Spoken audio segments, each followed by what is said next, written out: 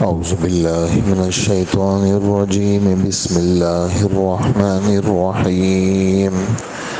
قل لا تسألون عما أجرمنا ولا نسأل عما تعملون. قل يجمع بيننا ربنا ثم يفتح بيننا بالحق وهو الفتاح العليم. قل أروني الذين ألحقتم به شركاء كلا بل هو الله العزيز الحكيم. وما أرسلناك إلا كافة للناس بشيرا ونذيرا ولكن أكثر الناس لا يعلمون. صدق اللہ العظیم. سورہ سبا ہماری چل رہی ہے اور 22واں پارہ ہے.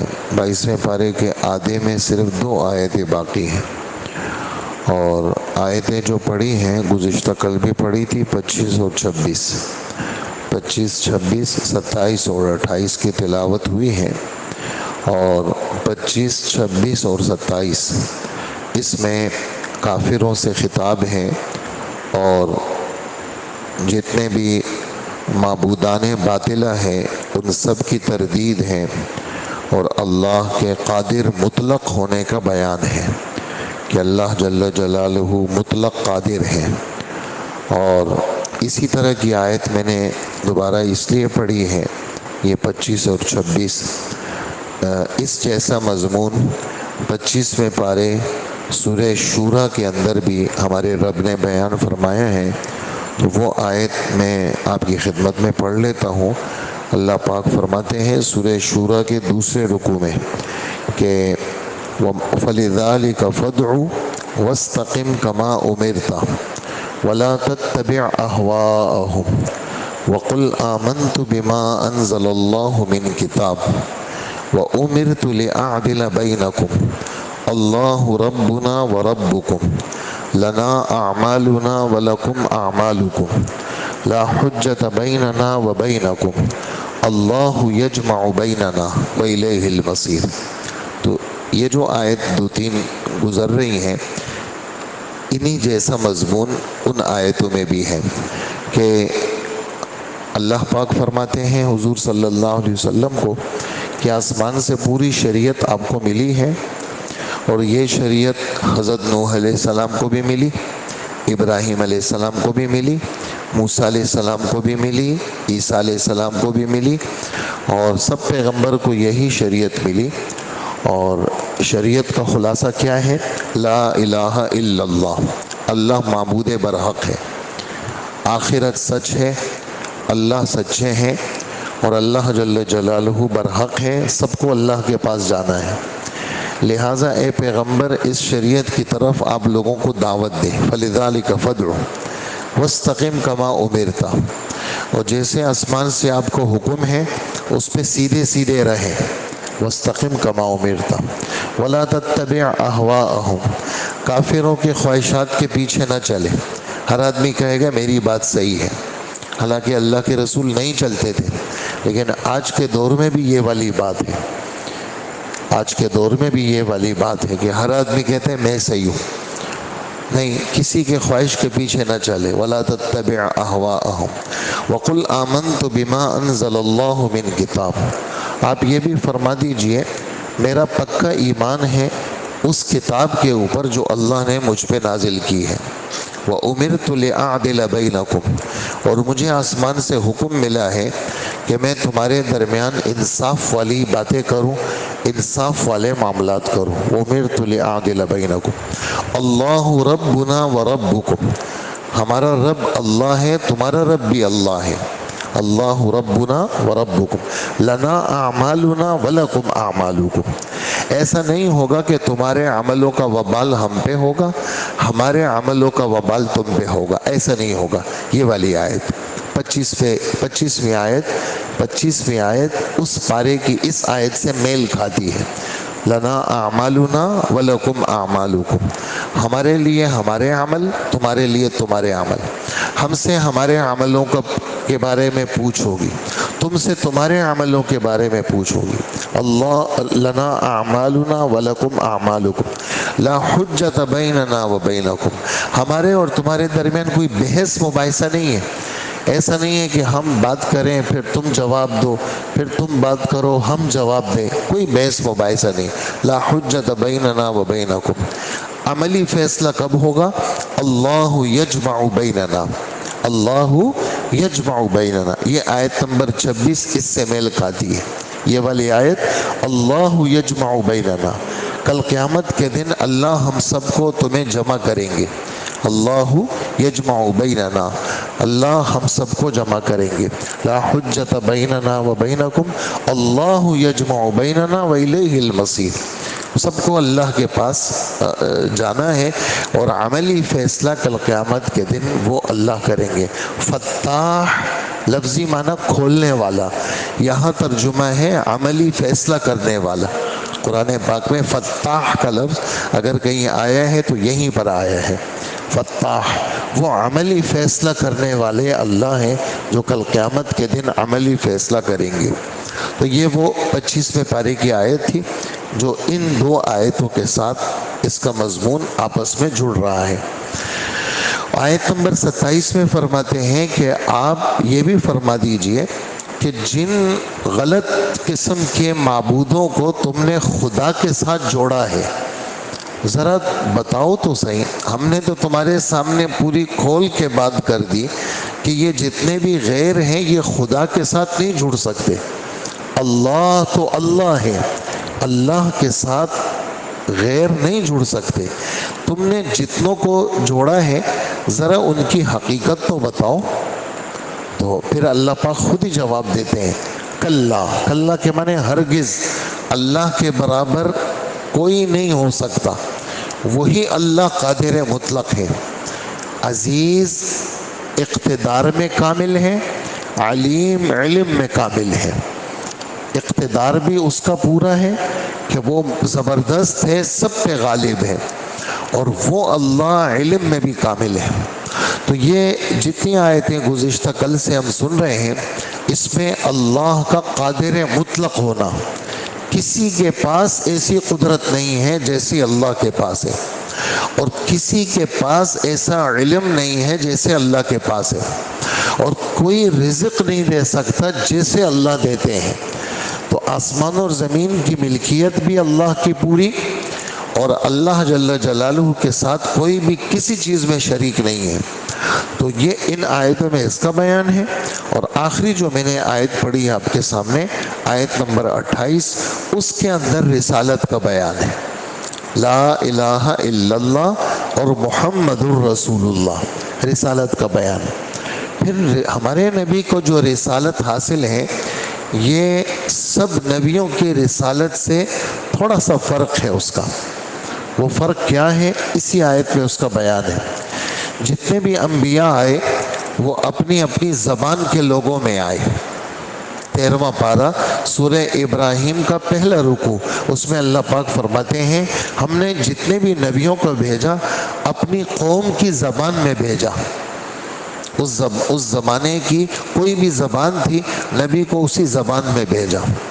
ہم نے جتنے نبیوں کو بھیجا خاص علاقے میں بھیجا، یہ آپ کا دائرہ کار ہے۔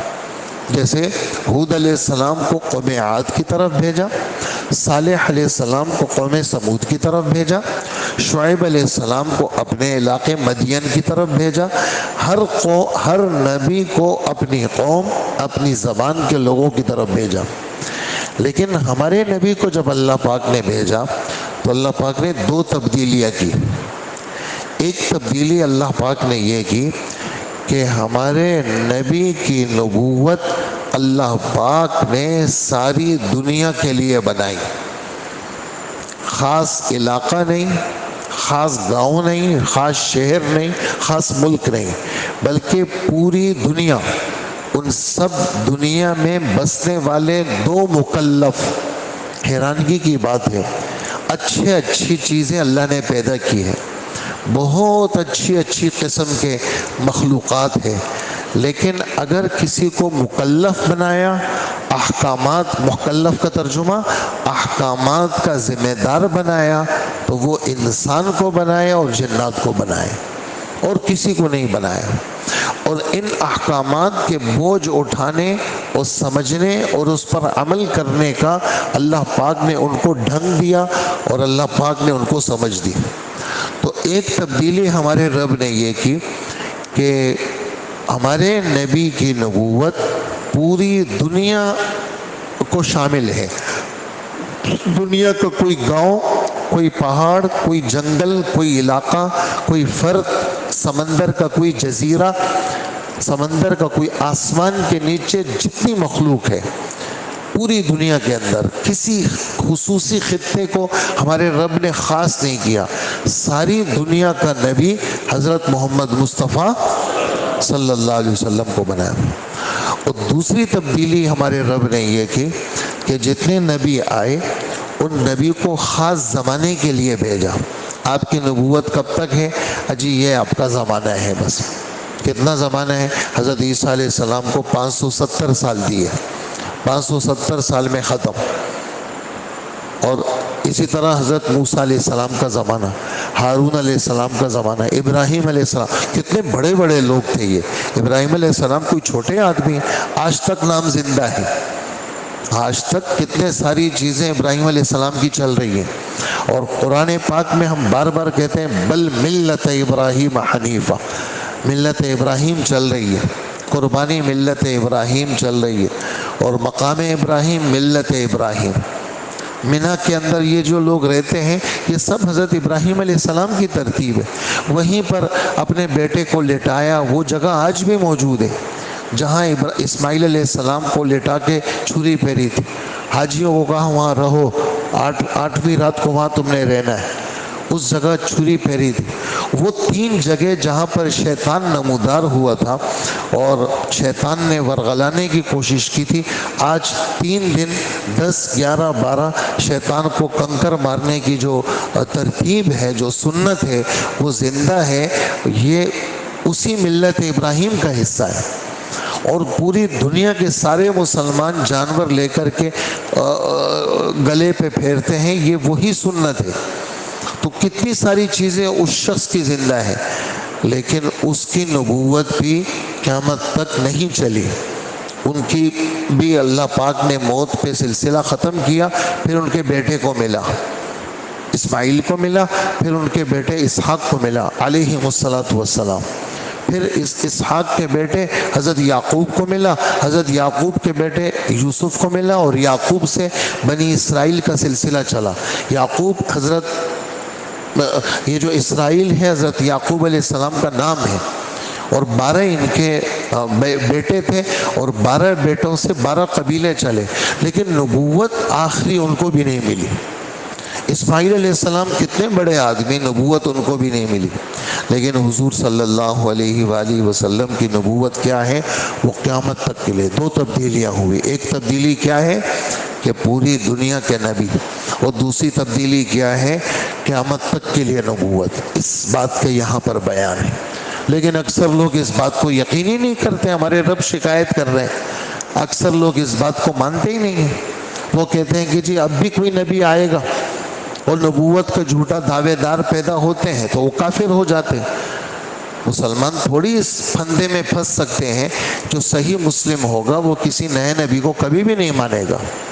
اور ایک بات اسی کے اندر آیت میں یہ والی بات ہے کہ جب اللہ پاک نے حضور صلی اللہ علیہ وسلم کو ساری دنیا کا نبی بنایا، قیامت تک کا نبی بنایا، اچھا پھر ساری دنیا کا نبی، اس میں اللہ کے رسول ہندوؤں کے بھی نبی ہیں، جتنے بت پرست ہیں ان کے بھی نبی ہیں، جو خدا کو نہیں مانتے ان کے بھی نبی، جتنے یہودی ہیں ان کے بھی نبی ہیں. ہمارے نبی کا یہ فرمان ہے، میرے بارے میں کوئی بھی یہودی یا عیسائی کو پتہ چلے، یہ میں حدیث کا ترجمہ کر رہا ہوں، میرے بارے میں کسی یہودی یا عیسائی کو پتہ چلے کہ مجھے اللہ نے رسول بنا کے بھیجا ہے، پھر بھی وہ یہودی یا عیسائی اپنے نبی کو مانے، میری نہ مانے، تو وہ کافر ہے. یہ اللہ کے رسول کا اعلان ہے. میرے بارے میں کسی یہودی کو پتہ چلے کہ محمد اللہ کے رسول ہے، اور اس کو صحیح دلائل سے یہ بات پتہ چل جائے اور ضد کی وجہ سے نہ مانے تو وہ کافر ہے، اور وہ عیسائی کافر ہے، اس کی عیسیٰ علیہ السلام پر جو ہے وہ ایمان نہیں چلے گا۔ تو یہ ہمارے نبی کو ساری دنیا کا نبی اور قیامت تک کا نبی ہمارے رب نے بنا کے بھیجا ہے۔ اب ہونا یہ چاہیے تھا کہ ہمارے نبی پوری دنیا کے ہر گاؤں میں جاتے۔ یہ جملہ میں نقل کر رہا ہوں، یہ مولانا احسان صاحب کے الفاظ ہیں جو رائمنڈ کے استاد حدیث ہے، حضرت شیخ الحدیث صاحب کے خلیفہ ہیں اور اس وقت صاحب فراش ہے، اللہ ان کو صحت عطا فرمائے۔ یہ ان کا جملہ ہے، ان کے ایک بیان سے میں نقل کر رہا ہوں آپ کے سامنے، کہ ہونا تو یہ چاہیے تھا کہ اللہ کے رسول محمد صلی اللہ علیہ وسلم ہر گاؤں میں جاتے، ایسے وسائل آپ کے پاس ہوتے کہ پوری دنیا کے ہر گاؤں میں چلے جاتے، لیکن ایسا بھی نہیں ہوا۔ آپ مکہ مکرمہ میں پیدا ہوئے، 13 سال وہاں محنت کی، پھر آ کر کے 10 سال مدینہ میں رہے اور 10 سال وہاں محنت کی اور 23 سال میں دنیا سے چلے گئے اور مدینہ میں دفن ہو گئے۔ اور بہت لمبا جو سفر آپ نے کیا، اردن کے قریب ایک علاقہ ہے تبوک کا، بس وہاں تک گئے ہیں۔ تو ہونا یہ چاہیے تھا کہ ساری دنیا کے ہر گاؤں میں جاتے، لیکن ایسا نہیں ہوا۔ دوسرا یہ ہونا چاہیے تھا کہ اللہ پاک ہمارے نبی کو قیامت تک کے لیے عمر دیتے تھے، حضور کو موت نہ ملتی، اور قیامت تک کے لیے، جب قیامت تک کے نبی ہیں تو قیامت تک محنت کرو، ایسا بھی نہیں ہوا۔ اور جو میدان ہے ساری دنیا ہے اور عمر ہے 23 سال ہے، تو یہ واضح بات ہے کہ اللہ پاک نے اس دین کا ذمہ دار اس امت کو بنایا ہے، اور اس امت کا ہر فرد، مرد یا عورت، امیر یا غریب، عالم یا جاہل، وہ اس بات کا ذمہ دار ہے کہ آسمانی باتوں کو سیکھے اور لوگوں کے پیچھے در در جائے، لوگوں کا ذہن بنائے اور لوگوں کو اندھیریوں سے نکالے اور اللہ کے سامنے کھڑا کرے۔ اور یہ والی بات ازل میں لکھی جا چکی ہے، یہ والی بات ازل میں لکھی جا چکی ہے، یعنی ازل سے اس امت کے لیے یہ فیصلہ ہے۔ ابھی آپ نے آیت سنی 4 پارے کا 3 صفحہ کہ کنتم خیر امت، ازل سے فیصلہ ہے کہ امت محمدیہ یہ بہترین امت ہے، یہ ازل سے فیصلہ ہے، کیونکہ قرآن پاک ابھی کی کتاب نہیں ہے، قرآن پاک اللہ کے رسول کے زمانے میں بنی ہوئی نہیں ہے، قرآن پاک تو ازلی کتاب ہے، وہ تو جیسے اللہ کی ابتدا نہیں ہے ایسے ہی قرآن کی ابتدا نہیں ہے، ازل، اور جیسے اللہ کی انتہا نہیں ہے ویسے ہی قرآن کی انتہا نہیں ہے۔ وجہ کہ قرآن پاک اللہ کی صفت ہے، تو جیسے اللہ قدیم ہے، ابتدا نہیں ہے، ایسے ہی قرآن قدیم ہے، قرآن کی ابتدا نہیں ہے۔ تو ازل سے یہ فیصلہ ہے کہ تم بہترین امت ہو۔ بہتری کی صورت کیا ہے کہ تأمرون بالمعروف، تم لوگوں کو نیکیاں بتاتے ہو، وتنہون عن المنکر، اور تم برائیوں سے منع کرتے ہو، وتؤمنون باللہ، تم اللہ پر ایمان لاتے ہو۔ حالانکہ ایمان تو سب سے پہلے ہے، یہاں پر امر بالمعروف اور نہی عن المنکر کی اہمیت کو اجاگر کرنے کے لیے اس کو ایمان سے بھی پہلے لائے۔ حالانکہ ایمان سب سے مقدم ہے، لیکن امر بالمعروف اور نہی عن المنکر، لوگوں کے پیچھے مارے پھرنا، لوگوں کو آسمانی باتیں بتانا، یہ اتنا زبردست شعبہ ہے کہ ایمان سے بھی پہلے ہم اس کو ذکر کر رہے ہیں، اور تمہارے لیے ازل سے اللہ پاک نے یہ فیصلہ کیا ہے۔ تو یہ چیز، یعنی یہ والی بات، اس کو سیکھنا اور اپنے دل دماغ میں اس کو بٹھانا، اس کے لیے روزانہ سوچنا کہ بھئی میری زندگی کا مقصد کیا ہے۔ صرف میری 4 بیٹیاں، اس کی شادیاں ہو گئی، میں فارغ ہو گیا، میرے 5 بیٹے، ان کی شادیاں ہو گئی، میں فارغ ہو گیا، میرے کاروبار کا سیٹ اپ بنایا، میں نے گھر لیے، ساری سیٹنگ یہ کر کے میں بوڑھا ہو گیا اور میں چلا گیا دنیا سے، کیوں؟ میری ساری چیزیں پوری ہو گئی۔ صرف اس کے لیے ہے؟ نہیں، اس کے لیے نہیں ہے، بلکہ کس کے لیے ہے؟ اللہ کی باتیں لینا، اپنے بڑوں سے لینا اور اللہ کی باتیں اپنے چھوٹوں میں دینا، اور چھوٹوں میں دینے پر کچھ بھی نہ چاہنا۔ اللہ کی باتیں لینا اخلاص کے ساتھ اور دینا، اس لین دین میں کچھ نہ چاہنا، اور اجر کس سے چاہنا؟ اللہ سے چاہنا۔ تو یہ چیز اللہ نے ہم بوڑھوں کے ذمے، جوانوں کے ذمے، عالموں کے ذمے، ڈاکٹروں کے ذمے، انجینئروں کے ذمے، وکلاء کے ذمے، پیسے والوں کے ذمے، غیر پیسے والوں کے ذمے، ہر آدمی کے ذمے ہے۔ آسمانی باتوں کو لو، اس کے لیے وقت فارغ کرو، یہ بھی کام ہے۔ اگر یہ فضول ہے تو اللہ کے رسول طائف میں پھر فضول گئے، اگر یہ فضول ہے تو 13 سال مکہ کی گلیوں میں فضول پھرے ہیں، بالکل نعوذ باللہ۔ اگر یہ فضول ہے تو کتنے جنگوں میں گئے ہیں اور کوئی لڑائی نہیں ہوئی، تو پھر فضول گئے ہیں، فضول آئے ہیں، نعوذ باللہ۔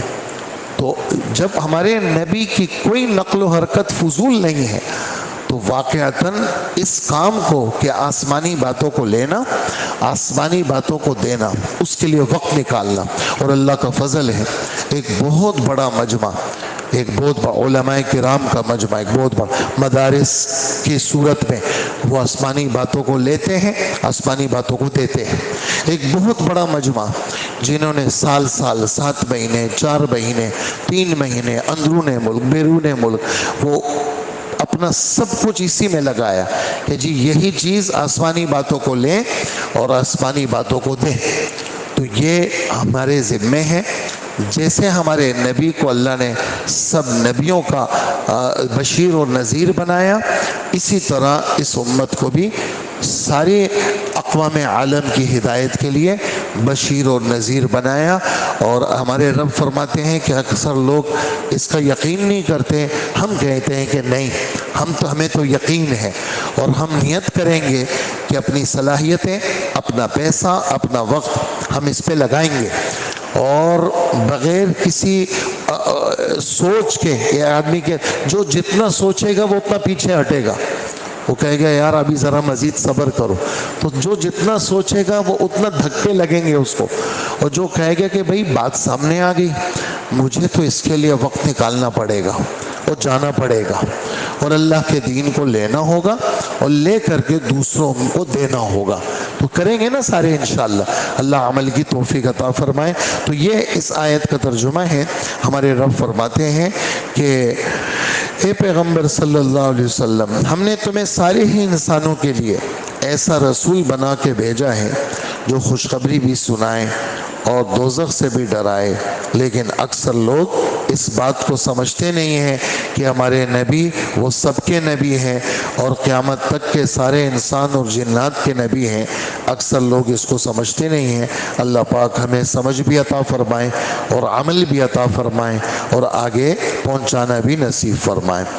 الحمدللہ رب العالمین والصلاة والسلام علی نبینا محمد وآلہ واصحابہ اجمعین۔ ربنا آتنا فی الدنیا حسنہ وفی الآخرۃ حسنۃ وقنا عذاب النار۔ ربنا اغفر لنا ولإخواننا الذین سبقونا بالإیمان ولا تجعل في قلوبنا غلا للذین آمنوا ربنا إنك رؤوف رحیم۔ وصلی اللہ وسلم علی نبینا محمد وآلہ واصحابہ وامتہ اجمعین۔ آمین برحمتک یا ارحم الراحمین۔